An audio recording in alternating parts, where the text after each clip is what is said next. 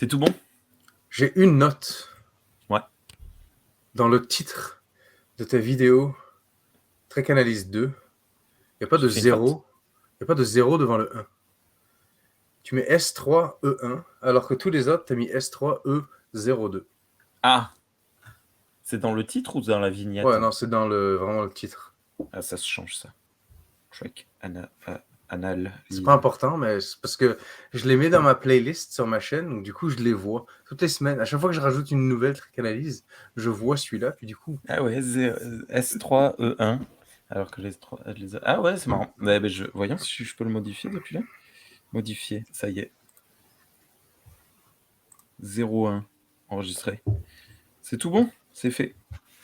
Voilà. Boum! T'as vu, réactivité de ouf. Je suis le Startup Nation moi tout seul. Galaxy Pop.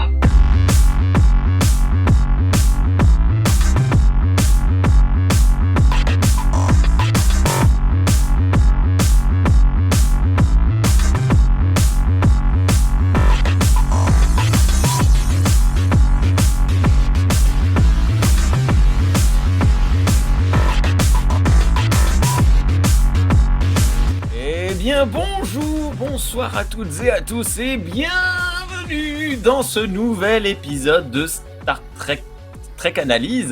Je vais jamais fichtrement y arriver. Trek Analyse numéro 6, je crois, un truc comme ça. Ce soir, nous allons parler de l'épisode Exil, épisode 6 de la saison 3 de Star Trek Enterprise, parce que c'était ça la phrase d'accroche. Analysons la saison 3 de Star Trek Enterprise. J'ai tout foiré de mon intro, c'est pas grave. Salut Sean. Je pense qu'on est à l'épisode 7. On parle de l'épisode 7. Eh bien oui, c'est l'épisode 7 de l'émission. Exactement, il y a le pilote. Comment vas-tu, Sean? Ça va mieux. Moi, à date, j'ai rien foiré. À part ta vie, voilà. Tu nous as ressorti ton t-shirt de What Do We Do in the Shadow? Oui. Ok, cool. C'est tout. Oui, je le porte souvent. Je le porte, je le lave, je le porte, je le lave, voilà. Est-ce que tu le laves? On n'a aucune preuve. On te voit en vidéo le porter, mais on ne te voit jamais en vidéo le laver. On te croira un jour peut-être. Allez, prochaine émission, Sean qui lave son t-shirt.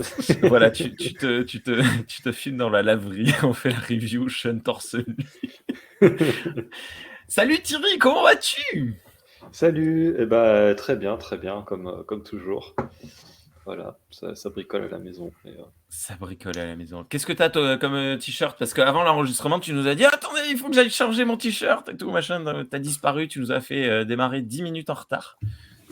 10 minutes, t'exagères. 18 minutes en retard. Et ouais, j'ai fait ma fashion victime. Ouais. Oui, parce que j'ai mon t-shirt. C'est quoi? C'est Dune, ça? Ah non. Cardassian Forest. C'est un groupe de black metal cardassien. C'est énorme. Il n'existe pas, mais voilà. Je voulais faire le jeu de mots. Est-ce que le black metal cardassien peut exister? Parce que il n'y a pas vraiment de raison, puisque la chrétienté cardassienne n'existe pas. Ouais, le black metal ça ne repose pas uniquement sur la chrétienté. Hein. Ah bon? Il y a des tas de des antéchrists, je sais pas quoi. Une partie, mais bon, t'en as qui parlent de Skyrim, par exemple. T'as du black metal qui parle de Skyrim. Le jeu vidéo? T'as pas besoin de chrétiens pour parler de Skyrim. Oui, le jeu vidéo, ouais. D'accord. Mais il y a de tout, okay. Hein. Il y a beaucoup d'influence du Seigneur des Anneaux, donc toi, ça va pas te plaire, évidemment. Donc évidemment, oui, il y a du... Voilà, il y a du black metal. Est-ce qu'il y a une valeur un peu même à tout ça, ou pas du tout? Non, c'est... un peu du mime, genre, ou c'est sérieux, ils se prennent au sérieux? Dans le black metal? Ouais. Ça dépend lesquels. Immortal, par exemple, ceux qui sont les plus rigolos dans leurs clips parce que ça ressemble à rien et que c'est super marrant, là, ceux qui marchent en crabe, ils se prennent pas au sérieux du tout, ils font des cons. Et c'est un peu l'humour pince sans rire, quoi. Et après, oui, il y en a qui se prennent à fond au sérieux. Non, mais il y en a beaucoup trop qui sont d'extrême droite. Ça, c'est clair. Beaucoup trop. D'ailleurs, c'est pour ça que ça colle avec les Cardassiens, tu vois. Mais non, il y en a qui sont totalement contraires à l'antifascisme. Tiens, on devrait faire un épisode de Star Trek pour les nuls sur les politiques de droite, comparer les Cardassiens et les Klingons. Savoir Ils sont de droite aussi. Ouais, mais c'est parce que tu vois, c'est pas les mêmes visions. Tu vois, c'est pas. Bon, bref, c'est assez intéressant. Ça pourrait être cool. Ouais, mais ils sont pas de droite au même niveau que nous. Nous. Non, Que c'est pas pareil. les humains, parce que tu sais, les humains sont de droite entre eux, alors que les Klingons, tu sais, ils sont, on va dire, de droite, plus à un niveau comme interstellaire. Quoi? Si ça a du sens, ce que je dis? Oui. Oui, bah, ils sont impérialistes, quoi. Oui, voilà. Mais c'est pas à l'échelle planétaire, c'est à l'échelle galactique.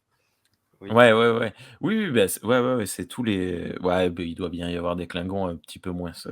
Bon, bah, je sais pas. Après, ça va mais être, tu vois, est-ce que les Cardassiens sont plus des libertariens que les Klingons sont un peu plus comme des impérialistes? Ouais.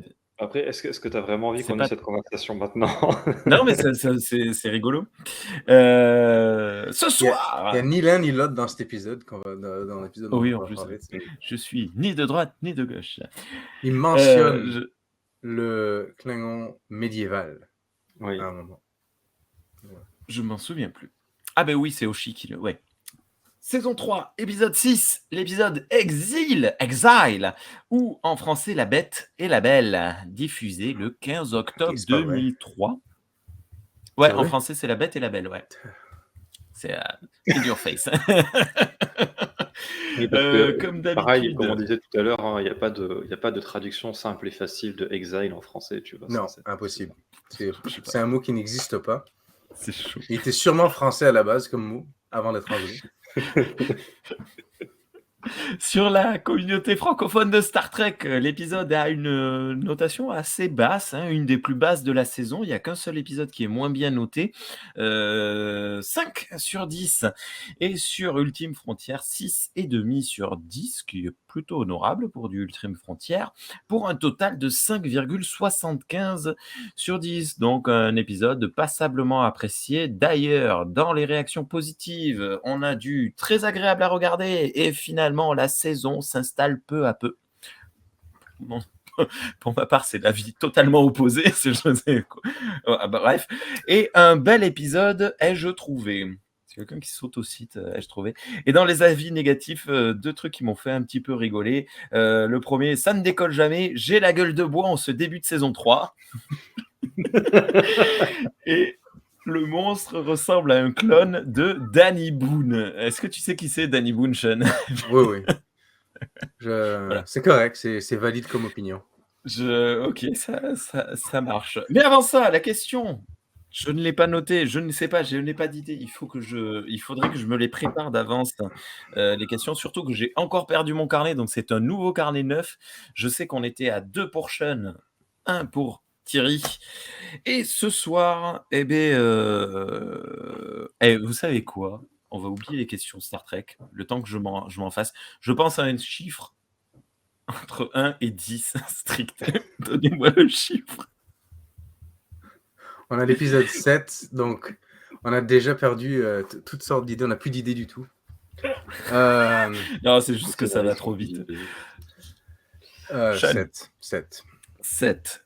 Comment ça s'écrit 7? Non, il y a des gimmicks. Combien tu dis, Thierry? Pardon. 4. 4. Hop. Nous avons donc 7 en haut, 4 en bas. Et nous saurons cela à la fin de l'émission, à peu près. Vous aussi, dans les commentaires, dites-nous, mettez un chiffre. Voilà. Nous avons ce soir un épisode réalisé par Roxanne Dawson, connue pour B'Elanna Torres. Exactement. Ok. Je pensais qu'on cherchait autre chose que B'Elanna Torres. J'étais comme... Ah non, c'est la seule chose pour laquelle je la connais, moi. Donc voilà, et elle a réalisé pas mal de... Surtout des épisodes de Voyager, il me semble, et quelques épisodes de Enterprise. C'est parti? Allez. Non.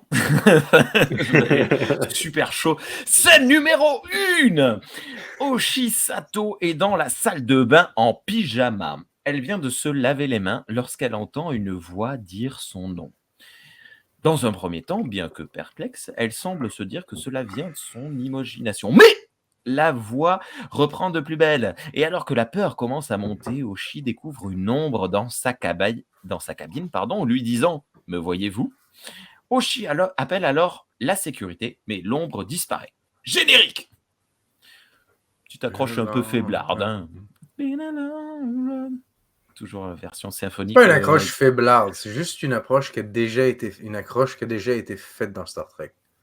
Oui, bah après, disons que toutes les accroches ont déjà été faites dans Star Trek. Ça, c'était même à ce moment-là, il y a eu tellement d'épisodes, c'est forcé. Mais bon, et puis, même quand sinon, au pire, les Simpsons l'ont déjà fait. Et South Park aussi. Mais bon, je sais pas. Tu sais, autant la dernière fois, là, quand t'avais T'Pol qui hurlait dans tous les sens, Archer qui saignait et tout, tu te dis oh putain, ça bagarre. Et bien là, c'était bon. Oui, c'est sûr. En plus, comparaison, oui, mais bon. Ouais. En plus, elle met un gros vent à Reed qui lui dit allô, qu'est-ce qui se passe? Vite, il est super inquiet, le mec. On vient de l'appeler. Elle dit plus rien, alors qu'il se passe plus rien. Elle aurait juste à dire non, c'est bon. Bon, bref. Scène numéro 2. Dans l'Ops, Archer retrouve par hasard T'Pol lui disant qu'il pensait être le seul à venir ici sur son temps de repos. Genre les deux, ils passent leur repos à travailler. Ça, c'est quelque chose qui m'agace un petit peu dans les séries américaines, mais bon. Elle lui montre une carte des anomalies déjà rencontrées. Oui. Alors, clique déjà. Ah pardon, oups là. Et je voulais réagir à ce que tu disais. Le truc, c'est que c'est pas vraiment du travail dans leur cas. Ok. Vas-y, développe. C'est la Terre unie.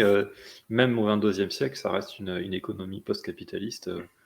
Et ce qu'ils font là, c'est ce qui les passionne, en fait. Ouais, oui, alors, je suis passionné de chaussures, mais il y a des jours où quand je ferme mon magasin, tu vois, j'ai pas trop envie de continuer de travailler sur mes chaussures, mes collections, les machins. Ouais. Tu vois, le podcast oui. qu'on est en train de faire là, tu vois, on est 22h30 en France. Il y a des gens qui sont animateurs radio, qui font ça beaucoup mieux que nous, je le dis pas, mais qui sont payés pour ça, c'est leur métier. Ok. Donc nous, ce qu'on exerce là, c'est un métier qu'on fait gratuitement quelque part. Il y a des gens, ils font ça parce qu'ils ont pour remplir le frigo. Enfin, est-ce que tu es en train de dire qu'on est en train de concurrencer mais non, ça. Ok. Je pense que...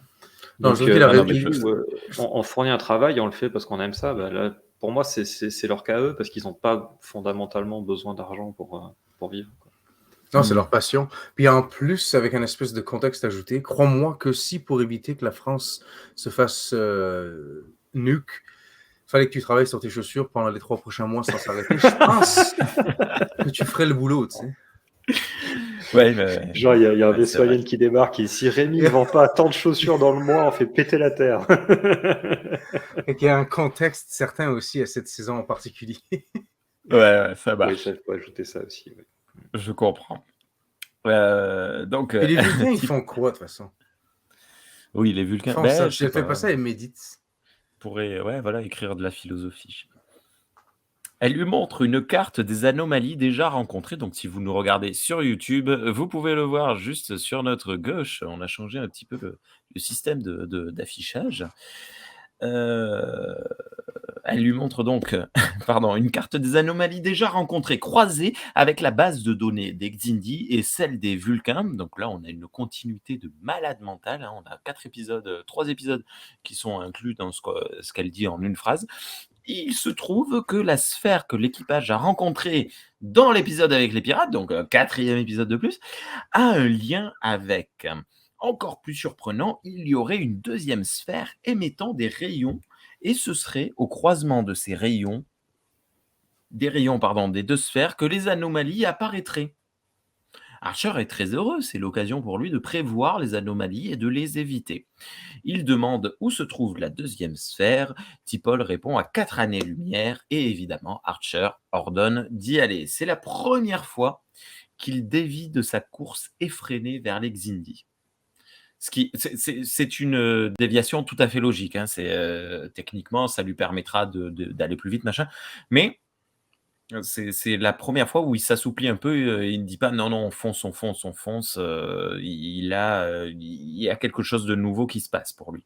C'est une théorie pour eux. Oui. Ils sont pas confirmés à 100% qui est vraiment une autre sphère. C'est juste une idée. Tout à fait. C'est tout. Non, c'est juste pour confirmer. Ils ont un intérêt vu que les sphères ont l'air d'être la source d'anomalies. Ils ont effectivement un intérêt à en savoir plus dessus, parce que dans la mesure où ils n'ont toujours pas isolé l'Enterprise au Trillium D, par pitié pour la santé mentale de T'Pol, c'est très utile de savoir où elles sont pour les éviter, quoi. Et aussi, j'avais noté un truc, moi, j'ai pas noté grand chose sur l'épisode, mais ça j'ai noté. Ça en dit long. T'Pol, elle parle de gravimetric waves. Donc c'est les ondes gravitationnelles, et c'est en analysant ça qu'elle infère la présence potentielle d'une sphère. C'est vachement intéressant parce que les ondes gravitationnelles, elles n'ont été prouvées que en 2015. Waouh! C'est-à-dire que Einstein, lui, il avait postulé leur existence, mais il n'était même pas sûr lui-même que ça soit un vrai truc ou juste un artefact de mathématiques. Au début des années 90, il y avait eu des observations de pulsars qui donnaient des indices sur le fait que ça pourrait potentiellement être vraiment exister, mais c'est resté à l'état de théorie jusqu'en 2015-2016, quand en septembre 2015, il y a des chercheurs qui ont annoncé avoir détecté directement des ondes gravitationnelles. Et comme souvent avec la recherche, il faut un temps de confirmation, et ça a été confirmé officiellement le 11 février 2016. Mon Dieu. C'est de la folie. Bien après Enterprise. Ok. Et je trouve ça assez cool. Enfin, et puis, mais ça aurait pu être l'inverse, tu vois. Genre, infirmé par la réalité. Ça n'existe pas. Ça aurait été marrant. La grande barrière, tu sais. Il me semble que dans Star Trek, dans la vraie vie, il y avait comme une théorie comme quoi il y avait une grande barrière qui entourait la galaxie, ouais. La galaxie, ouais. Puis ils ont mis ça dans Star Trek, c'est comme officiellement dans Star Trek. Depuis, ça a été prouvé que non. Mais ils l'ont gardé dans le canon parce que me semble que Discovery, ils y sont allés à cette grande barrière à un moment. Oui, est-ce que Discovery c'est canon? Ça, on en a déjà discuté. Scène numéro 3. Sur le pont, Hoshi et Reed discutent. Reed explique que ces scans ne donnent rien. Il ne trouve pas de traces d'un intrus sur le vaisseau. Reed essaie de rassurer Hoshi en lui expliquant que vu la pression qui est exercée sur l'équipage, c'est normal d'entendre des voix. Mais Hoshi maintient qu'elle n'a pas vu une ombre, mais bien une personne. Chouette mise en scène, ai-je noté, de ce dialogue qui offre de nouveaux angles de caméra sur le pont. Bravo Roxane, merci à toi. Mais de manière générale, de toute façon, moi la réalisation de cet épisode, la première partie de la réalisation de cet épisode, je l'ai trouvé super cool. Scène numéro 4. Dans l'infirmerie, Hoshi décide de rendre visite au docteur Phlox. Il lui dit qu'elle est en pleine forme, mais elle lui explique que cela fait plusieurs jours qu'elle se sent observée. Elle entend des voix dans les couloirs et sa cabine et se demande si elle n'aurait pas été exposée à un hallucinogène. Une fois de plus, Phlox essaie de la rassurer en lui expliquant que sur Denobulia, Denobulia c'est la planète d'origine de Phlox, voir et entendre des choses qui n'existent pas peut être considéré comme bon. L'inconscient, dit-il, évacue la nervosité de façon inoffensive. Ça ne semble pas satisfaire Hoshi qui se retire. Alors, je rajoute juste qu'il précise que c'est en cas de stress. Oui. Il dit avoir des hallucinations en cas de stress intense. Voilà. Donc tout le monde semble dire que ça vient du stress. Ouais. Donc un reproche que j'ai souvent à faire à d'autres séries, que je ne ferai pas Enterprise pour ce genre de situation, c'est que c'est jamais pris au sérieux. Quand quelqu'un, dans un vaisseau, te dit qu'il s'est fait contacter par quelqu'un d'autre c'est vrai. Elle n'est pas en train de te mentir, assume pas que c'est dans sa tête. Il y a assez de preuves, je pense, arrivé à l'époque de TNG, Deep Space Nine, tout ça, que c'est tout le temps vrai. Il y a toujours quelqu'un qui est en train de contacter quelqu'un. Il y a assez d'aliens particuliers, puis de formes de vie différentes qui feraient que là, ici, bon, on va dire qu'ils n'ont pas vraiment assez de connaissances pour pouvoir bien confirmer que ce qu'elle dit, c'est vrai. Ouais. Mais plus tard, dans les autres séries, je trouve ça ridicule qu'à chaque fois, c'est comme non, c'est rien, t'hallucines. Okay. Mais c'est vrai que souvent, les gens sont pris au sérieux quand ils rapportent des trucs comme ça. Alors même très récemment dans la série The Orville, alors c'est pas du Star Trek, mais ça arrive régulièrement qu'il se passe quelque chose, que seul un des membres d'équipage est au courant. J'ai bousillé mes lunettes, désolé. Et il est pris, ce membre d'équipage est pris au sérieux. C'est assez cool. Je trouve que c'est l'inverse. Je trouve honnêtement dans Tu le trouves plus? Non. Je trouve que dans les séries, tu sais, qui se passent plus tard dans le temps, genre Next Generation, tout ça, ils sont jamais vraiment pris au sérieux. Quand Diana, quelqu'un m'a contacté, mais c'est peut-être, est-ce que c'est stress, est-ce que c'est ceci, est-ce que c'est cela? Quand un membre de l'équipage est la seule personne à avoir vécu une certaine situation, en général, c'est pas vraiment pris au sérieux jusqu'à temps que ça se dégrade. Ok. Un truc que je trouve intéressant là dans cette scène à ce propos, c'est que même elle, au départ, elle considère que elle a un problème physiologique ou un truc. Elle demande à Phlox de faire plus d'études sur elle parce qu'elle dit qu'est-ce qui va pas chez moi, quoi. Et ça, je trouve ça intéressant. Elle part pas du principe que ce qu'elle a vu est réel ou qu'il y a un ancrage avec la réalité. Elle parle d'hallucinogènes et tout. Ça m'avait marqué. Ça a du sens parce que à cette époque-là, ils n'ont pas encore vécu autant de choses, les humains, dans le fond. Ils n'ont pas vu de main verte bloquer le... c'est ça, il faut que tu as vu une hallucination collective. Abraham Lincoln flotter dans l'espace, je pense que... C'est vrai. Ou Lucien de TAS. Scène numéro 5. Dans l'Obs, Oshi, encore elle, doit traduire une partie de la base de données Xindi, mais la voix la rappelle à nouveau. Et plus que ça, tous les écrans de la salle se brouillent et affichent une planète. La voix rajoute « C'est là que je vous attends ». Alors qu'elle rappelle Reed à la rescousse, l'ombre apparaît. Il essaie de la rassurer en lui disant « N'ayez pas peur de moi ». Oui, bon, d'accord. Et de nouveau, tous les écrans se brouillent et affichent cette fois Oshi, recréant la fameuse scène de Matrix Reloaded sortie 1 an auparavant. Paye ta manière de rassurer. Chouette scène, bravo Roxane. Oshi demande ce que veut l'ombre. Il répond qu'il a besoin de son aide pour trouver quelque chose. Et l'instant d'après, Oshi se retrouve dans une nouvelle pièce. Angle de caméra très proche, en focale courte, plongeant, rendant visuellement le doute et le démarrage de la folie, d'une folie potentielle chez Oshi. Bravo Roxane. Très rapidement, elle tombe sur l'ombre et tente de s'enfuir et ouvre une double porte qui ne mène nulle part. Clic. Clac. Hop. Qui ne mène nulle part. Elle est sur le versant d'une montagne perdue sur une planète inconnue. Le coup de la porte qui s'ouvre et donne sur une montagne également me rappelle Matrix Reloaded, quand Neo ouvre et tombe sur à peu près la même vue. Alors qu'elle contemple ce décor, l'ombre pose la main sur son épaule, Oshi se retourne, il s'agit en fait de Reed. Les deux sont dans l'Obs, c'était donc une hallucination. Très chouette scène. Et comme je disais, avec un sous-entendu, c'est de la folie. En fait, non, parce que la caméra reprend un angle plus classique théâtral de point fixe. C'était vraiment peut-être la scène charnière dès le début de l'épisode. Elle apparaît, mais c'était un genre de scène charnière assez intense et prenante pour ma part. Merci Roxane Dawson. On poursuit un petit peu la thématique horreur, entre guillemets. Là, c'est un petit peu plus thriller, on va dire. Mais... C'est vrai. Horreur psychologique. Ouais. C'est vrai. Scène numéro 6. Retour à l'infirmerie. Entourée de Archer, Reed et Phlox, Oshi maintient qu'elle n'a pas halluciné ni imaginé tout cela. Notons que les hommes la toisent et la triangulent. Je me demande s'il n'y a pas un message derrière cela. Bravo Roxane. Je vais arrêter. Archer se laisse convaincre mollement.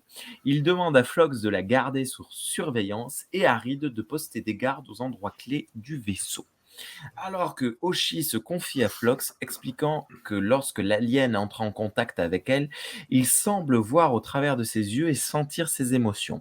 La caméra effectue alors un mouvement circulaire autour de Hoshi, faisant disparaître Phlox et réapparaître derrière elle dans le flou. On devine immédiatement qu'il va se passer quelque chose de louche avec Phlox. Bravo Roxane, c'est génial. Néophlox lui explique que lire dans les pensées d'Hoshi est très apaisant, que sa télépathie fonctionne rarement et qu'il faut en face un esprit bien particulier. De nouveau, Hoshi se retrouve dans ce qui semble être un château. L'ombre s'approche, on voit d'ailleurs qu'il a une apparence humaine et demande à Hoshi de le rejoindre. Il prétend même avoir des infos sur sa mission. Il ressemble pas tant que ça à Danny Boone, ce mec. Je sais pas ce que tu as avec Danny Boone. C'est pas moi, c'est quelqu'un sur Internet qui l'a dit. Je pense que c'est pas sous cette forme-là qu'il veut dire qu'il ressemble à Danny Boone. Je sais pas. Bon, écoute. Non, mais je crois qu'il me met plus. C'est pas pour être méchant envers l'acteur, mais il me met plus mal à l'aise sous sa forme humaine que sous sa vraie forme, en fait. Est-ce que c'est parce qu'il joue bien? Ouais. Je trouve qu'il manque de charisme, cet acteur. Il rend bien sous le maquillage parce qu'il est triste, un peu dépressif, seul, etc. Mais là, sans maquillage, ouais, il manque quelque chose, je trouve. Il n'y a pas... Bref. Non, je sais pas. Je continue ou il y a des choses à dire sur cette scène de l'infirmerie qui était assez ouf, échelle de Jacob, changement de... Tu vois, tu as un personnage qui part et puis réapparaît, et puis changement d'attitude. C'est cool ça à jouer pour un acteur. Je suis assez d'accord et ça fonctionne bien. Moi j'avais oublié qu'il y avait ça dans l'épisode, comme d'hab. Tu as raison d'être d'accord avec moi parce que je n'ai jamais tort. Je me rappelais bien qu'il allait y avoir un harceleur sexuel de l'espace qui allait essayer de la séquestrer, mais je me rappelais pas qu'il prenait l'apparence de Phlox. Et c'est vraiment marquant en plus, parce que du coup c'est quelqu'un de proche, à la fois par rapport à quelqu'un de l'équipage de l'Enterprise et par rapport à nous en tant que spectateur. Et voir Phlox se comporter comme ça et parler comme ça, c'est ouais, et pas du tout. gros coup de force de la part de l'acteur. Il joue comme une, c'est bien, on le voit à la caméra. Il joue comme une paralysie de la bouche. Il a tout le côté droit qui ne bouge pas. Il articule qu'avec la partie gauche de sa bouche, et pourtant il articule super bien. On voit clairement qu'il y a quelque chose qui cloche, et donc l'acteur a fait un truc super cool, je trouve, avec son travail facial, et c'est assez cool. Il est très malaisant. Scène numéro 7. Dans la cabine d'Archer, Hoshi lui explique ce qu'il vient de se passer. Archer s'agace et dit que l'alien aurait pu lui donner quelque chose en signe de bonne foi. I got face of the heart. Mais Hoshi semble convaincu.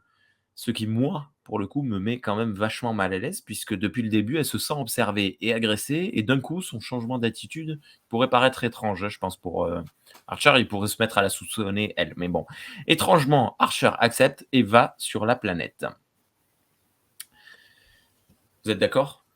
C'est bizarre, non ? C'est peut-être un peu dans leur désespoir. Tu sais, ils sont désespérés, là. Ils cherchent vraiment des réponses. Puis, Ouais. Je trouve que son revirement à Hoshi, il est super rapide, quoi. Elle a eu 2 contacts directs avec lui. Le premier, c'est elle a trop flippé. Le deuxième, il l'a fait flipper grave. Mais ok, on y va. Bon, bref. Scène numéro 8. On voit la navette de l'Enterprise être lâchée et se diriger vers le château. Pas super bel effet spécial cette fois. Sur place, Hoshi, Archer et Reed, tiens, c'est la team des crapauds de l'espace, s'approchent. Les portes du château s'ouvrent d'elles-mêmes. Je comprends alors toutes les personnes sur les forums qui parlaient de TOS. Il y a beaucoup de gens qui disaient que c'était un épisode hommage à TOS. Enfin, après avoir avancé dans le château, la Frog Team tombe sur l'alien, qui n'est pas content que Hoshi ne soit pas seul.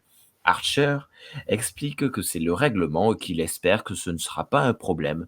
L'alien dit alors qu'il est content que les 3 soient venus et se révèle. On découvre alors une nouvelle espèce, pas très agréable visuellement. C'est pas très gentil ce que je viens d'écrire. Et c'est ça que tu trouves qui ressemble à Danny Boone. Ben, c'est ton gars dans les commentaires qui a dit ça, tu sais. Ouais, Moi, honnêtement, visuellement, je trouve pas qu'il ressemble à Danny Boone. Là. Il a peut-être autant d'humour que Danny Boone, ça, je pourrais te le dire, mais sinon... Je crois que il n'a pas d'accent bizarre. C'est un plus gros tacle que de dire qu'il lui ressemble. Donc, pour les personnes qui nous écoutent en podcast, je sais pas comment on peut décrire ça. C'est une... Oh là là, un chauve avec des pattes d'araignée qui lui sortent de la tête. Il y en a une dans Star Trek Beyond qui lui ressemble un petit peu. Mais elle a des espèces de tentacules qui lui vont vers l'arrière, alors que lui, c'est plus vers l'avant. Ouais. Elle en a beaucoup plus que lui aussi. Mais lui, ça n'a pas l'air de bouger. Hein. Il est plus proche de... Comment il s'appelait le méchant là qui finit coupé en deux dans le premier épisode de Star Wars? Je sais pas. Darth Sidious. Darth Maul. Darth Maul, voilà. Il ressemble plus à lui. Ouais. Ça a l'air fixe. Mais il a un crâne de Klingon, mais qui est moins haut. Il est plus sur ses sourcils. Ouais. Bon, bref, c'est... Ouais. Mais c'est assez inspiré quand même comme design, sauf pour les vêtements. Ils se sont dit, bon, on va lui mettre un kimono, un peignoir de lord anglais. Scène numéro 9. Alors que l'alien qui s'appelle Tarquin explique avoir pris une forme humaine pour ne pas effrayer Hoshi, Archer rappelle sa promesse à Tarquin. Il leur explique alors que pour trouver les Xindi, il a besoin d'un objet Xindi. C'est peut-être un genre de chien de l'espace. Ensuite, Tarquin explique être totalement seul sur cette planète. Ses seuls contacts à l'extérieur se font via la télépathie. Rien de particulier. C'est un incel de l'espace, je crois. Ah oui, totalement. Bah, ça, on le découvrira surtout plus tard. Scène numéro 10. Sur l'Enterprise, alors que Hoshi est reparti avec la team Crapaud, elle plaide la cause de Tarquin et demande à rester avec lui.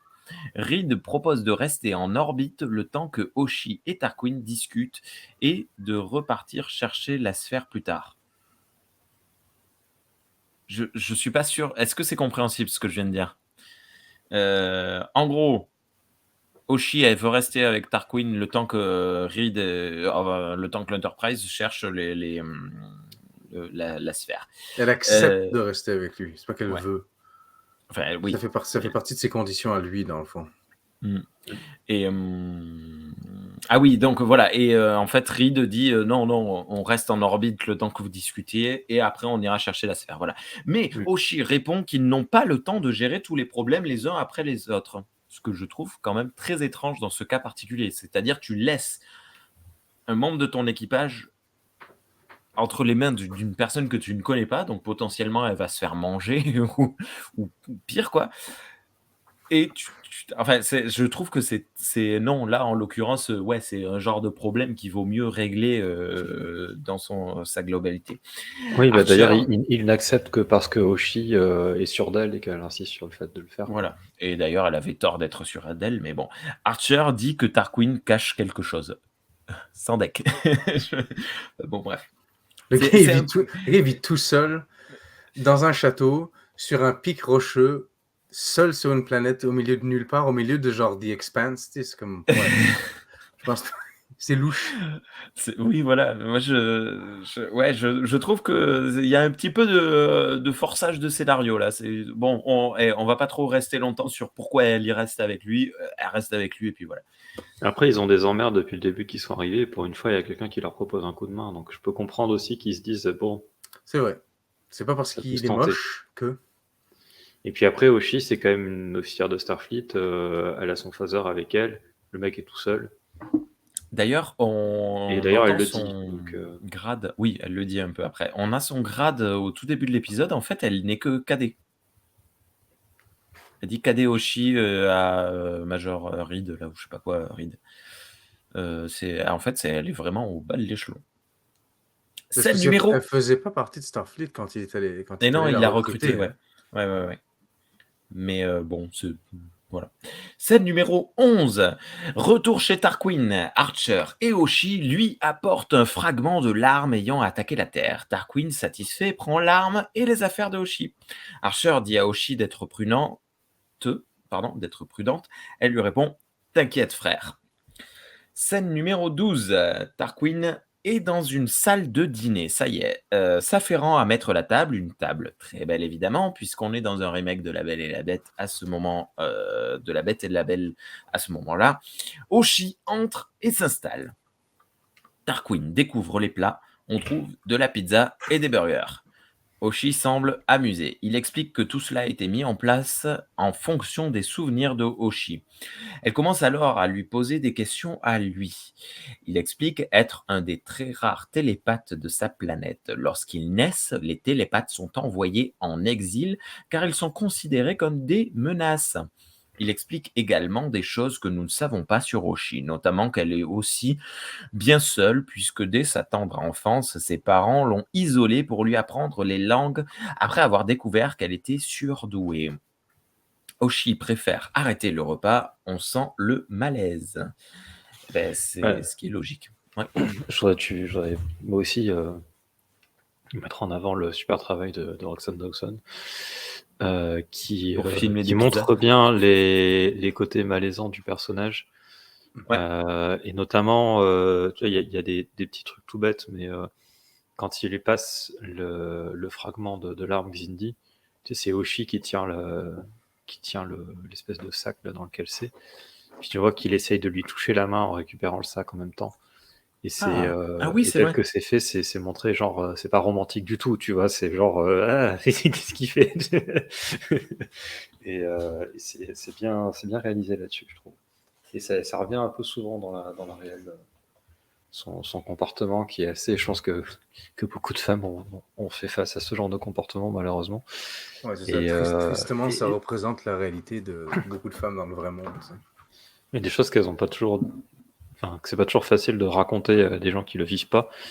Et là, je trouve que la réelle nous permet de se faire de représenter ça, quoi. C'est bien que cet épisode ait été confié à une femme pour sa réalisation. Roxanne Dawson, LeVar Burton. Scène numéro 13. Tarquin montre sa chambre à Oshi via un très joli mouvement de caméra impliquant un miroir. Bravo Roxanne, désolé. Après quelques échanges courtois, Tarquin dit à Oshi qu'elle n'a pas à être seule tout le temps. Puis il s'en va. C'est vraiment la construction de La Belle et la Bête avec des variations de confiance qu'elle a, vous savez, dans le... j'ai vu que le dessin animé, j'ai pas vu les autres adaptations, mais La Belle, il y a une scène où ça va, elle peut aller vers la Bête, et d'autres scènes où au contraire, il vaut mieux que ça s'éloigne. Et à ce moment-là, j'ai eu l'impression que c'est un moment de doute où elle se dit en fait ça va, en fait non, en fait oui, en fait non. C'est assez compliqué. Scène numéro 14. Archer, dans sa cabine, joue avec un ballon de volley. J'avais oublié que c'était son sport, Archer. Est-ce que vous en souveniez? Oui, c'est pas le water polo plutôt? C'est le water polo. Le water polo, c'est pas le volley, ouais. Ah, désolé. Il joue à une sorte de volley, j'ai l'impression, torse nu sur une plage, sur une planète genre Sahara, à un moment. Ils refont Top Gun. Lui et Trip, ils se mettent tout nus pour jouer avec des ballons, là, mais oui, c'est le water polo, son délire. T'as sauté le passage avec le livre, non? Ah oui, alors je n'ai fait, je ne sais pas pourquoi. Je m'en suis rendu compte à la fin. Je n'ai fait aucune mention du livre. Je suis désolé. Alors attends, je mets, vas-y. Dans la scène précédente, donc la découverte du miroir, il lui donne un livre écrit dans une langue. Vas-y, explique. Je me souviens plus. Qui n'existe plus depuis plus de 1000 ans. Depuis 4000 ans, je crois, un truc comme ça, ouais. Et du coup, il se dit que Oshi, ça va l'intéresser en termes linguistiques.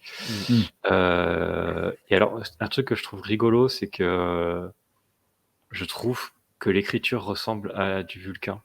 Du Vulcain, oui. Ouais. Et elle trouve que ça ressemble à de l'ancien Klingon.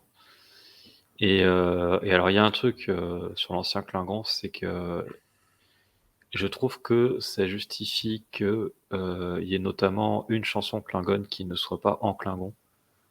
Genre le Tahol, c'est-à-dire la langue Klingon impériale que l'on connaît. C'est le chant qui est chanté quand quand Worf apprend la chasse à un jeune Klingon qui était prisonnier des Romuliens, là. Non, je me rappelle plus le nom de l'épisode, mais... Et ça m'a fait marrer parce que j'avais complètement oublié ce truc-là, mais dans ma fanfiction sur les Klingons, j'étais parti du principe que cette chanson était dans une ancienne langue de Chronos. D'accord. Et là, elle parle de Klingon médiéval avec une forme d'écriture qui n'est pas du tout la même que celle qu'on connaît. Et du coup, je trouve ça marrant parce que ça va dans le sens de ce que j'avais imaginé. C'est-à-dire que voilà, il y a évidemment eu d'anciennes langues sur Chronos comme il y a eu d'anciennes langues sur Terre qui sont plus parlées. Et donc c'est logique qu'on puisse trouver des choses différentes. Et ça explique les moments où ils parlent pas vraiment Klingon quand ils font des trucs. Voilà. Est-ce que tu penses que l'arrivée des Urks, puis le fait qu'ils se soient fait envahir les Klingons, ça a pu comme complètement changer, puis ça fait radicalement pivoter leur langage puis leur culture? Ah ben oui, certainement, ouais. Ouais. Est-ce que ça serait... Ouais. Est-ce qu'ils auraient pu avoir ce style de langage puis ce style d'écriture? Les Urks arrivent, ça les impacte pendant, on va savoir combien de centaines d'années. Quand ils arrivent enfin à les repousser, ben, ça a changé leur culture comme à tout jamais.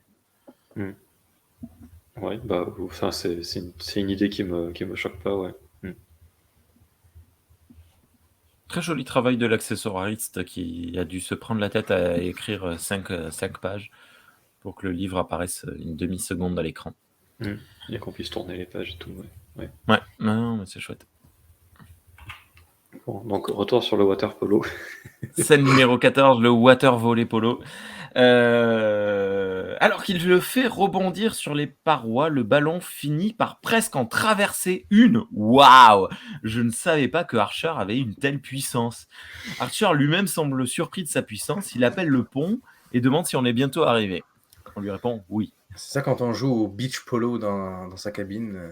Boum! Non, évidemment, c'est une anomalie pour les personnes qui penseraient que je suis team premier degré. Non, c'est une anomalie et le ballon traverse à moitié une part.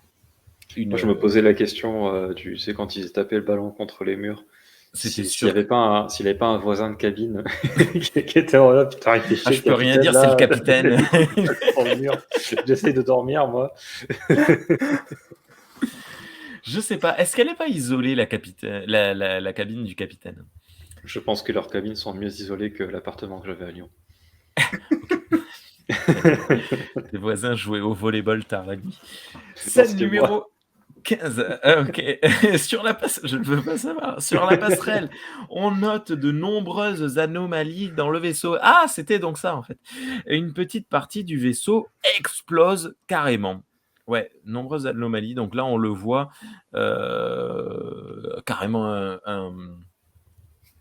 c'est quoi, un escalier qui est froissé et une partie de la coque qui explose. C'est une fois de plus, ça là pour le coup. Là aussi, effets spéciaux cet épisode. Le budget est passé dans le livre. Ouais. dans le maquillage de l'extraterrestre de la semaine est pas mal. Ou dans le salaire de Roxanne Dawson. Ouais. À ce moment-là, j'avoue que ça me plaît pas mal de revenir à bord du vaisseau avec un petit peu d'action parce que j'ai un peu honte de l'avouer, mais de temps en temps, c'est quand même bien agréable que ça bouge un petit peu. On l'a bien compris. Toi, ce qui t'intéresse dans Star Trek, c'est les bastons. C'est bagarre. Il n'y en a pas du tout. Là, j'annonce, il y a pas de. Je vais pas crier, je vais pas faire saturer les graves dans le micro. Scène numéro 16. Toujours sur la passerelle, il semblerait que les anomalies soient particulièrement fortes dans le coin. T'Pol explique que l'autre sphère est probablement très grosse. Archer ordonne alors à Tucker d'isoler une navette avec du Trillium D. T'Pol ne fera probablement pas partie de l'équipe, et c'est ce qui est dit à la fin de cette scène. Donc je note des blagues qui sont... Oui. J'ai un petit reproche à faire là-dessus, c'est de se dire que ils s'en sont toujours pas occupés d'isoler une navette avec du Trillium D, quoi. Alors que dès qu'ils en ont eu, qu'ils en ont récupéré dans l'épisode d'avant, tu peux te dire que dans l'intervalle, ils auraient pu le faire, quoi.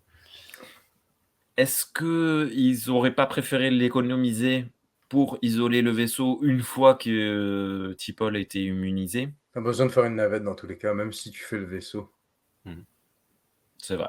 Ils peuvent pas ils peuvent vaguement se téléporter peut-être, mais ils se déplacent en navette. C'est vrai. Ouais, je sais pas. Fais-en au moins une, tu sais. Pour me contredire, peut-être qu'il s'est pas écoulé beaucoup de temps depuis Impulse. Peut-être. Donc ils n'ont pas eu le temps de le faire encore. Mais bon, on n'a pas trop d'indications, je crois, sur la temporalité entre les 2 épisodes, donc on pourra se raccrocher aux branches comme ça éventuellement. Seul Brandon Braga le sait. Scène numéro 17. Retour au château. Oshi se balade dans les couloirs et découvre Tarquin en train de méditer avec un cristal luminescent sur l'objet Xindi. Il sent sa présence et l'invite à entrer dans la pièce. Après quelques échanges de banalités que je n'ai pas notés, Tarquin confirme qu'il y a bien 5 espèces de Xindi et qu'ils sont en conflit, ils ne se font pas confiance. Et nous, on n'arrête pas de dire, même s'ils sont en conflit, même s'ils ne sont pas d'accord, ils sont toujours en discussion. Ben, lui, il confirme carrément qu'ils ne sont pas du tout, unis, quoi, en fait. Ouais, là, voilà. Il leur apprend un vrai truc parce que on savait qu'il y avait des petites dissensions, enfin des petits désaccords. Et déjà, nous, on apprend un truc. Et eux, ils n'avaient aucune idée qu'il y avait des désaccords chez les Xindi parce que toutes les scènes qu'on a vues, nous, ils ne sont pas au courant. Donc, c'est la première vraie information qu'ils leur donnent sur les Xindi. Ça leur confirme aussi qu'ils sont bien 5 espèces différentes parce que je pense c'est une confirmation. Ils avaient, c'est une théorie comme bien établie, mais c'était pas encore confirmé. C'est leur 2 février 2016. Non, c'est pas ça. Oshi semble intéressé par le cristal. Tarquin lui explique qu'il sert à étendre ses pouvoirs et que si elle le veut, il peut lui faire essayer. Suivent alors une palanquée. Alors attends, je crois que j'ai... Oui, tu m'as mis des images. Très particulière cette image, merci. Suivent alors une palanquée d'images plus ou moins subliminales d'événements passés, présents et peut-être futurs. La plupart nous sont inconnus, mais certaines sont connues. Et je pense qu'il y a quelques Easter eggs à l'intérieur, mais j'ai pas pris le temps de mettre pause pour les regarder. Il y a un bon point précédente. Ouais. Mais un bon point pour Enterprise, ce n'est pas des images de Shutterstock. C'est quoi ça? C'est un site où tu as des images, c'est des images, des vidéos, etc. De New York et de machin, oui d'accord, ouais, des c'est images du stock footage, puis évidemment, dans Picard saison 1, je crois, ils nous ont fait un beau montage de la fin du monde, l'apocalypse, avec uniquement des images tirées de Shutterstock, dont beaucoup qui n'ont même pas été modifiées, dont une qui était une vidéo virale d'un lapin ou d'un renard qui pourrit, mais c'est littéralement comme une vidéo qui a eu des millions et des millions de vues. Ils ont juste mis ça tel quel, sans aucune modification, dans leur série. Quelle honte. Donc bravo Enterprise. Cela se finit sur un Xindi reptilien qui fait un regard caméra que vous pouvez voir sur notre vidéo. Oshi s'en va et Tarquin l'invite évidemment à revenir, si elle le veut. Mais vu la flip qu'elle vient de choper, je suis pas sûr qu'elle ait envie de revenir te voir, mon pote. Scène numéro 18, sauf si vous avez quelque chose à dire. Non. Non, Sean a dit l'essentiel, hein, voilà. Donc, non, mais c'est marrant de se dire que du coup, ça veut peut-être dire que Oshi, elle a quand même peut-être une capacité latente à la télépathie, puisque apparemment, elle peut utiliser le cristal comme lui. Moyennant un peu d'apprentissage, alors que le cristal est juste censé amplifier les dons télépathiques, et pas les créer, quoi. Bonne performance de la part des deux, je trouve. Honnêtement, notre invité, là, celui qui est tout moche, je trouve qu'il joue bien. Puis Oshi aussi, je trouve que il y a des moments où c'est un peu plus faible, ses performances dans les premières saisons d'Enterprise, mais là, je trouve que dans cet épisode-là, elle joue très bien. Ouais. Ok. Scène numéro 18. Dans ce qui semble être un jardin intérieur, Oshi observe, s'intéresse aux plantes, puis, par la fenêtre, elle voit quelque chose. Elle sort et tombe sur ce que j'interprète être des pierres tombales. Tarquin arrive en colère, en criant « Je vous avais demandé de rester à l'intérieur !» Ça me rappelle à nouveau La Belle et la Bête. Oshi ne se laisse pas faire et demande « Qui sont ces personnes mortes ?» Tarquin révèle alors avoir une durée de vie bien plus longue que la moyenne. Il a actuellement un peu plus de 400 ans. Chaque personne a été sa compagne. Il est établi que la première est une femme, mais les 3 autres sont présentés uniquement au travers du mot « compagnon ». Et je me demande si c'est pas fait exprès, s'il n'y a pas un sous-entendu. Mais bon, c'est peut-être moi qui extrapole, parce qu'on n'a aucune preuve ni de l'un ni de l'autre. Oshi s'énerve passablement, mais Tarquin insiste. « Considérez cette possibilité, dit-il. Tu crois vraiment que je vais rester dans ta montagne de plouc jusqu'à la fin de ma vie juste pour te faire plaisir ?» répond-elle. Commence alors un jeu de l'esprit. Tarquin projette une image de lui en humain, essayant de la convaincre. Il se passe pas mal de choses, mais c'est pas évident à retranscrire tout ça. En bref, Oshi refuse et Tarquin lui dit « Ok, je vous laisse y réfléchir, vous avez beaucoup de temps devant vous. » Sous-entendu, je ne vais pas trop avancer sur la recherche de l'arme Xindi. Je vais essayer l'effet Stockholm s'infuser.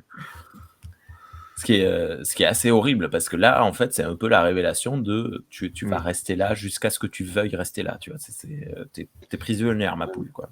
Bah c'est vraiment la scène, voilà, il fait son gros forceur, il essaie de la manipuler en utilisant ce qui sait d'elle et en lui montrant ce qui sait tout d'elle, ce qui est encore plus horrible. Et ouais, c'est vraiment le truc où tu as envie de le passer, quoi. Est-ce que vous pensez qu'à un moment, ses intentions étaient bonnes ou jamais de la vie? Mais il veut pas la... Il aurait préféré que ça se passe bien, mais il avait... Je pense que, ouais, mais une fois de plus, de toute façon, l'enfer est pavé de bonnes intentions. Je pense pas qu'il pense à mal. Je suis désolé, ma caméra est très mal cadrée. Il ne pense pas à mal, mais il fait très très mal. Il pense qu'à lui, surtout. C'est-à-dire que c'est vraiment une démarche hyper égoïste, où il part de son point de vue à lui, et il a beau lire dans son esprit, il voit pas du tout que ce qu'il veut lui... l'a poussé à accepter et pas du tout intéressant pour elle. Et voilà, tout ce qu'il pense, c'est lui, et puis il faut qu'elle se plie à sa volonté, quoi. Néanmoins, après 400 ans de solitude, dans un château de merde en haut d'une montagne, est-ce qu'on tire pas tous un peu Ouais. Mais c'est vrai qu'elle lui dit, à un moment, tu sais, tu te trompes dans la manière dont tu interprètes ce que tu vois. Dans mon passé. C'est un peu plus tard. Ah, excuse-moi. Mais oui. Non, mais il interprète avec, on va dire, sa vision à lui, ce qu'elle a vécu. Mais je pense que dès le départ, il a jamais vraiment eu l'intention de tenir compte de son avis. Ouais, c'est ce que je pense aussi.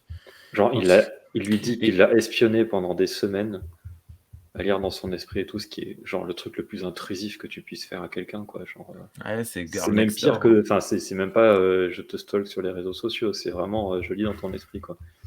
Donc, je sais tout ce que c'est un niveau qui est encore inaccessible chez nous, heureusement. Malheureusement. donc ouais, il y a quand même un truc qui est malsain dès le départ, et c'est que voilà, tu vois que le consentement, bon, c'est pas trop ça m'intéresse pas trop, quoi. Ouais. Scène numéro 10. Scène numéro 19. Dans la navette, Tucker et Archer constatent que le Trillium D fonctionne bien. Ils rencontrent des anomalies mais n'en sont pas infectés.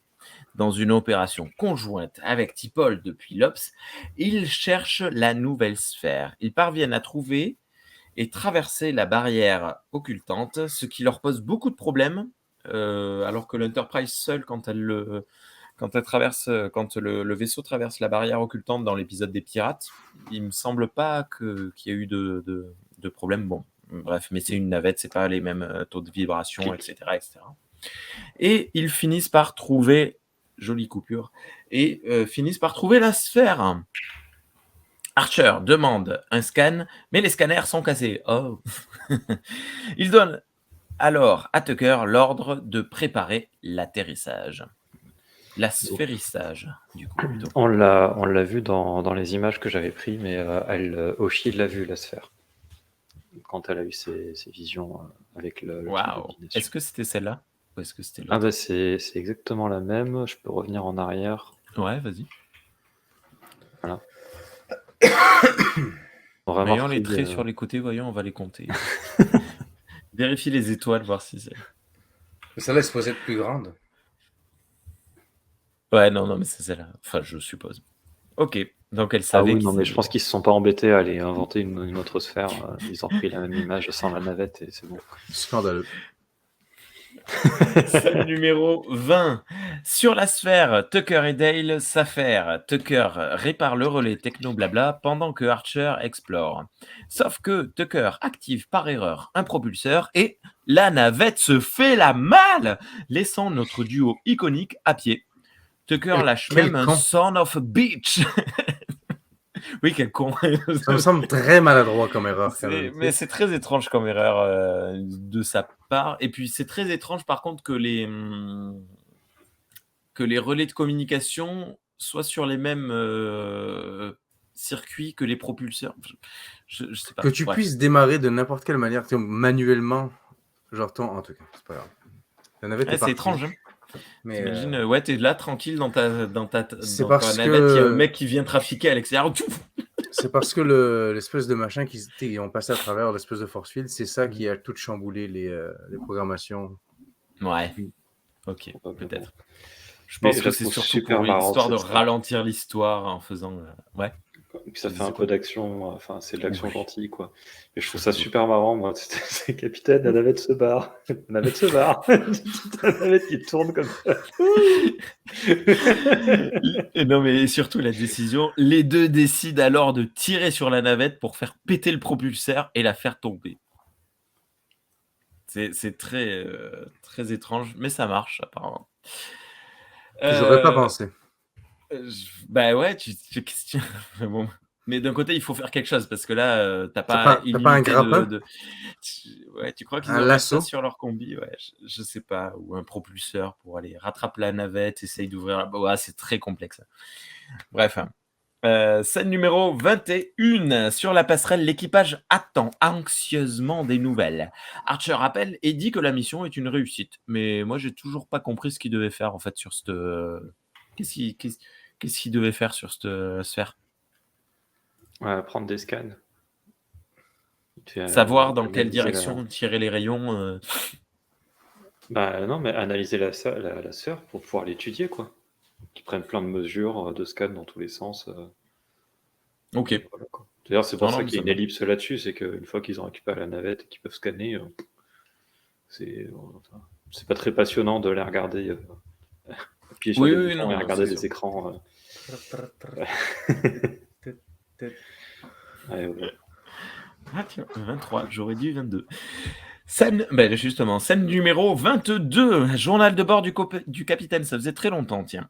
Nous faisons route vers Sato pour récupérer les infos aliens. Fin de la scène. Ok. Scène numéro 23, dans le château, Tarquin vient voir Oshi dans sa chambre. Il lui annonce que Archer arrive et qu'il a réussi à obtenir de nombreuses infos sur l'arme. Il lui demande à nouveau si elle veut rester, mais elle confirme que non. Que de bonnes nouvelles. Il a envie de pleurer, mais c'est le seul. Je suis horrible. Ouais, il n'y a rien à dire sur cette scène. Scène numéro 24. Oshi termine de se préparer. Archer apparaît dans son miroir. C'est donc un piège qui se prépare. Bravo, Roxane. Il la félicite et la remercie.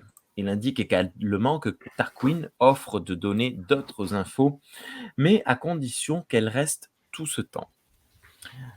Oshi, dégoûtée, dit qu'elle est OK. Elle dit alors qu'elle doit récupérer ses affaires, et là, le fake Archer lui dit « T'inquiète, on te les renvoie ». Elle dit qu'elle doit briefer son remplaçant. Il lui dit « Non, ça va, sœur, t'inquiète ». Elle dit qu'elle voudrait dire au revoir à l'équipage, et il lui répond « Non, on n'a pas le temps ». Elle tente un dernier « Laissez-moi dire au revoir à mes amis », mais il fait l'erreur de répondre « Travis comprendra ». C'est alors qu'elle découvre le poteau rose. Elle pensait justement à Travis à ce moment-là. prouvant que c'était Tarquin, puisque personne ne peut être ami avec Travis Mayweather. C'est surtout qu'il faut le mentionner dans cet épisode, parce qu'il est encore pas là. Il n'est pas là. Il apparaît même pas, hein, ou peut-être vite fait. Voyons donc, il est mentionné. Ouais, non, mais c'est assez. Bref, Elle marche pas du tout ta vanne parce que justement elle pense à lui. Donc c'est qu'elle aime bien. Écoute, chacun peut faire des erreurs. Chie à droit à l'erreur. Scène numéro 25. Sur l'Enterprise, il est impossible de contacter Oshi. Le vaisseau lui-même commence à cesser de fonctionner. Du coup, on sur la planète. Ah si, réagissez. Moi, je continue parce que vous disiez rien. Avec le faux Archer, moi, je pense que ça doit faire 3 fois que je vois l'épisode. Oublie qu'il fait chaque fois, je me fais piéger. Sérieux? Ah ouais, à chaque fois, le coup du miroir, je n'avais jamais capté déjà. Et à chaque fois, je crois que c'est Archer au début. Et puis quand je vois commencer à insister, je me dis, c'est pas... Enfin, qu'est-ce qu'il lui prend d'insister comme ça, alors qu'au début, il était là en mode super prudent sur ce que... s'assurer que Oshi voulait vraiment faire les trucs et tout. Et à chaque fois, je suis là, mais pourquoi Archer se comporte comme un connard d'un coup, là? Et puis après, tu dis, ah oui, d'accord. Alors, je me rends compte un peu avant qu'elle dise... qu'elle comprenne, elle, que c'est un piège. Elle pense à Travis. mais à chaque fois, au début, je suis là, mais qu'est-ce qu'il lui prend, Archer? C'est quoi ce délire? Okay. Et c'est marrant. Toi aussi, Sean, tu te fais piéger? Je me fais piéger dans les premières secondes, parce que moi, le coup du miroir, c'est pas ça qui me choque. Ça m'interpelle pas, dans le fond. Mais oui, au début, pourtant, je vais énerver Thierry, mais dans les codes cinématographique, c'est surtout sa façon d'apparaître. Donc, déjà, il apparaît dans un miroir, donc il y a un truc qui cloche, et surtout, il apparaît d'un coup, tu sais, il passe, hop, un grand pas en avant, il se présente dans la scène. Bon, bref, il y a trop d'emphase sur ce mouvement qui est fait. Pour être honnête, c'était un épisode, c'est particulier, puisque ça doit faire au moins la 3e fois que je le vois. Je m'en rappelle jamais correctement. Ça fait 2 fois maintenant que j'ai vraiment un souvenir erroné de comment se déroule l'épisode, de ce qui se passe dedans. Puis, ouais. D'accord. Non, mais ça va, c'est cool. On en parlera plus à la fin, mais ouais. Scène numéro 25. Sur l'Enterprise, il est impossible... Mais je l'ai déjà dit, ça. Sur la planète, Oshi confronte Tarquin. Il lui dit que le vaisseau est en sa possession. Et si elle veut qu'il soit sauf, elle doit rester avec lui. Pour le faire craquer, Oshi le menace de casser son cristal de méditation.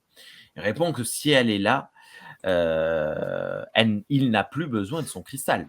Sauf qu'elle lui répond qu'elle ne sera là que pendant 60 à 70 ans. Donc, elle veut vivre une centaine d'années, hein, si je ne dis pas de bêtises. Après, peut-être qu'à l'ère d'Enterprise, les humains vivent déjà plus longtemps qu'à notre ère. On est dans quoi? C'est à peu près 100 ans par rapport à maintenant? Je sais plus, c'est quand Enterprise? Un peu plus de 100 ans, ouais. D'accord. 2163. 140 ans. Ok. Du coup, ouais, on peut supposer que les humains vivent une centaine d'années à ce moment-là.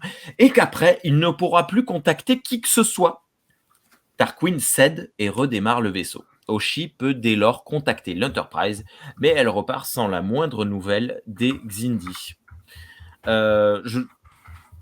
Alors, je trouve que pour le coup, de ce qu'il nous a montré jusqu'à présent, il lâche l'affaire un petit peu trop facilement. Pour un forceur... je trouve qu'il y a quand même elle a pris le bon moyen de pression, quoi. Ouais. Parce que sans le cristal, effectivement, il ne pourra plus harceler personne, quoi. Ouais. Alors qu'avec le cristal, elle repart, il va pouvoir aller chercher notre victime. Elle le met pas dans une prison de l'espace. J'ai l'impression aussi que ce mec, c'est pas vraiment un mec courageux. Et c'est pas vraiment un mec qui aime forcément être aussi horripilant que ce qu'il est. C'est juste qu'il est malsain et il met le monde mal à l'aise. Mais s'il faut qu'il se batte pour garder quelqu'un, ou s'il faut vraiment que, ça il tente pas. Il y a trop d'efforts, il veut juste pas. Il veut juste que les gens concèdent et ils restent et c'est bon. Ben, là, en fait, l'étape suivante... Menacer, essayer de lui faire du chantage, je pense qu'il était au max de ce qu'il pouvait faire, ouais. Ouais, je suis d'accord avec l'étape suivante logique aurait été l'action physique. Genre, il lui saute dessus pour l'enfermer ou le tabasser ou la séquestrer, voilà. Mais ça correspondait pas au personnage, donc c'est normal qu'il le fasse pas. Est-ce qu'il est vraiment exilé de son peuple parce que il a des pouvoirs télépathiques et après il est devenu fou, ou est-ce qu'ils l'ont exilé parce qu'il était fou? Il se trouve juste qu'il a des pouvoirs télépathiques. C'est en effet une question. Oui, parce qu'il le présente comme ça, mais en fait, on n'a aucune certitude qu'ils disent. On n'a que son point de vue à lui, enfin que son explication. Peut-être qu'ils en avaient marre que ce soit un harceleur sexuel et qu'ils. Mon Dieu, ce gars. Virez-le. On l'a mis en 3 prisons différentes, ça n'a pas marché. On l'envoie au fin fond de. Et est-ce que son père lui a donné le cristal comme il le dit, ou est-ce qu'il l'a volé? Bref. On ne sait rien de Danny Boone. Numéro 26. Dans l'Obs, T'Pol explique à Archer ce qui a été fait, que ce qui a été fait n'est pas suffisant pour établir exactement où sont toutes les anomalies. Aïe, aïe, aïe. D'après elle, il n'y a pas 2, ni même 3 sphères, mais bien 50 dans toute l'étendue. Les deux se questionnent sur le sens d'une telle création. Clic. Oui, pardon. Hop là. Donc là, dans l'espace d'un épisode, on est passé de une sphère validée à 2 sphères théoriques à 50 sphères qui existent. Il n'y a pas de... Il n'y a pas de... oui.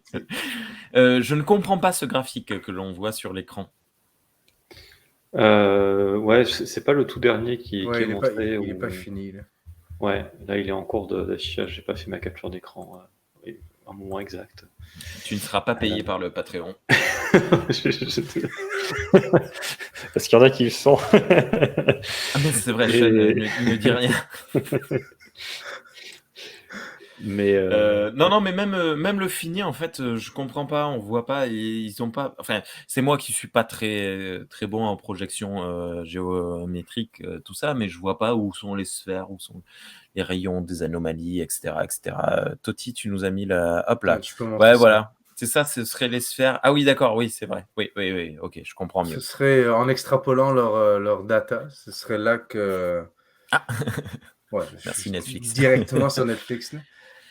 Ouais, pour une fois qu'ils bloquent pas l'image. Boule représenterait une sphère, c'est théorique, mais puis chaque trait, je pense que ça marquerait là où il y a des anomalies. Ouais. Du coup, ce serait, c'est une sorte de mission impossible avec les lasers pour aller chercher le cristal, mais dans l'espace, dans le fond. Ou Jay et Silent Bob, le premier. Ouais.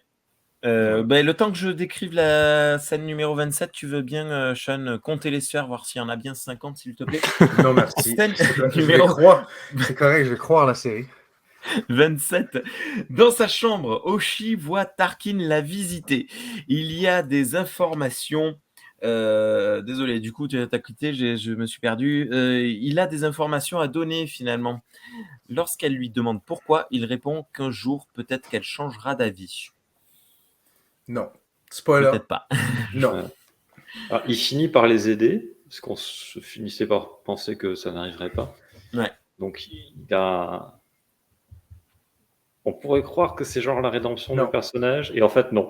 Et en fait, non, c'est un enfoiré jusqu'au bout. C'est sa dernière carte à jouer. Ouais, c'est ça. C'est le gros forceur. Non, mais je t'ai aidé, alors peut-être qu'un jour... ouais, c'est ça. C'est vraiment sa dernière carte, parce qu'il ne veut absolument pas taper quelqu'un. Sa dernière carte à jouer, c'est peut-être que... voilà. Ne réclamez pas des faveurs sexuelles parce que vous avez ouvert la porte à une femme, ça ne fonctionne pas comme ça. Scène numéro 28. J'ai pas entendu, excusez-moi. Quand elle dit non, c'est non, faut laisser tomber. Voilà. Scène numéro 28. Oshi visite Archer dans sa cabine. Elle amène des coordonnées orbitales. C'est une colonie Xindi. D'après Tarquin, dessus serait construit une partie de la nouvelle arme. Fin de l'épisode. Boum! Enfin, un truc intéressant qui se passe dans cet épisode que j'ai trouvé honnêtement pas ouf. Alors, De base, moi, j'aime bien quand on ralentit le rythme. Je l'ai déjà dit plein de fois dans nos autres podcasts. Mais là, pour le coup, je trouve que ça marche pas. C'est vraiment... je me demande si c'est pas dû à l'histoire en elle-même, en fait. Et comme les gens le soulignaient sur Internet, je pense que ça marche à l'époque de TOS. Tu prends l'Enterprise de Kirk, le même épisode, et tu mets... comment s'appelle-t-elle, Uhura à la place de Hoshi, et je pense que ça marcherait. Mais dans les années 2000, franchement, c'était pas ouf. Mais néanmoins, bravo à Roxanne Dawson pour la réalisation que j'ai trouvée très chouette. Très bonne réalisation. L'épisode où il y a Trelane dedans, dans TOS, dans le même... The Squire of Gothos, je sais pas comment ça se dit en français, là, mais cette espèce d'épisode où il débarque, puis il y a le un chevalier gars... de Dalos. Ouais. Pourquoi Dalos, je sais pas, mais voilà. C'est similaire, il n'y a pas d'intrigue, tu sais, semi-sexuelle ou semi-genre de creep, là, mais c'est un gars sur une planète, puis il fait venir des gens pour s'amuser, puis il essaye de les garder là, juste pour s'amuser. C'est le même style d'épisode, ça dure... c'est long. Je m'en souviens plus. Bon, on verra. Peut-être qu'on le reviewera dans un Trek Analyse un jour. Hein. Je pense pas. Ok, qu'est-ce que vous en avez pensé sinon? C'est pas ouf, hein? Bah, il est pas palpitant. Je comprends pourquoi tu trouves que... Voilà. Mais après, moi, je trouve que c'est un épisode qui a plein de qualités. On les a un peu soulignés tout du long. Il a l'ambition un petit peu de nous faire ressentir ce que c'est que le harcèlement sexuel. Est-ce qu'il y arrive? Je sais pas, il faudrait qu'on ait une femme parmi nous pour le dire. Et comme tu dis, en termes de réalisation, il y a des bonnes idées. Donc, c'est un épisode qui dit quelque chose. Et déjà, moi, je trouve que c'est une qualité en soi. Ouais. Il fait avancer l'intrigue quand même. Donc, je peux pas lui reprocher, tu vois, son manque d'action, parce que j'estime que j'ai pas forcément besoin qu'il y ait de l'action, que ça bouge et tout pour que ce soit un bon épisode. Donc non, moi c'est un épisode que je trouve qui est très honorable. Ok. Après, il vient, je pense aussi en réponse à l'épisode Rajin qui était pas mal racoleur, sans contrepartie, sans propos négatifs sur le racolage. Bon, c'est mal prononcé, mais je pense que les gens ont compris. Du coup, oui. Mais vous voyez, je parlais j'attendais un épisode un peu moins bien pour calmer mes ardeurs sur cette saison 3. Et moi, c'est là. Mais une fois de plus, après, je l'ai quand même trouvé agréable à regarder. C'est-à-dire que, comme je disais, la réalisation était vraiment aux petits oignons, quoi. Et toi, Sean? Inversement à Rajin, j'avais comme une... je m'en souvenais, je pensais que c'était mieux que... Rajin était nul, hein. C'est parce que...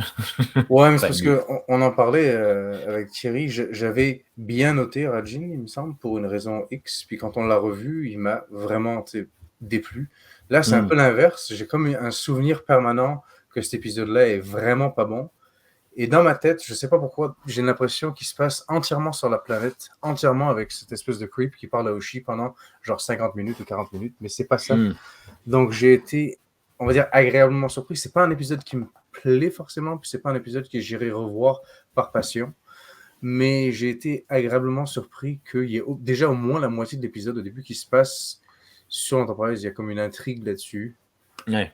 Je sais pas si c'est nécessaire d'avoir cet épisode-là et Rajin dans la même saison, surtout quand on a un but tellement précis, puis on essaye de faire une histoire qui se poursuit. Ouais. Je trouve qu'on commence à entrer dans des épisodes qui servent à rajouter des épisodes dans la saison. Où je trouve que justement, comme ils ont essayé de réinventer la roue un petit peu, puis de changer la manière dont les saisons Star Trek sont faites, ils auraient pu se permettre de faire une saison plus courte. J'imagine que le studio, c'est pas ça ils ont sûrement dit, non, vous faites quand même vos 26 épisodes, vos 22 épisodes. Mais j'aurais pu me passer de ça. Oui, il y a des avancées au niveau de combien il y a de sphères, etc. Ils apprennent des choses, mais je pense pas que ce soit un épisode entièrement nécessaire. L'arc Xindi est inséré quoi là-dedans. Juste question Bah, au il y a moment. une des deux intrigues qui est uniquement centrée là-dessus quand même. Je veux dire, toute l'intrigue sur la sphère et tout ça, Ça aurait pu être mis genre dans un autre épisode.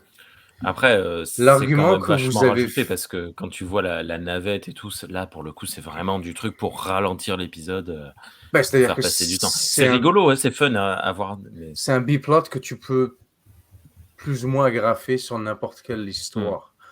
Mais oui, comme vous avez dit, effectivement, il y a quand même du commentaire qui est fait sur le malaise que les femmes vivent.